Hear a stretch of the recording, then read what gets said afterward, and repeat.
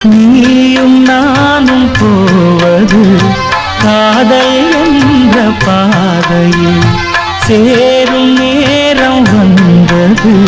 நீதி தூரம் பாதியில் பாதை ஒன்று ஆன போதும் திசைகள் வேறம்மா. உனது பாதை வேறு, எனது பாதை வேறம்மா.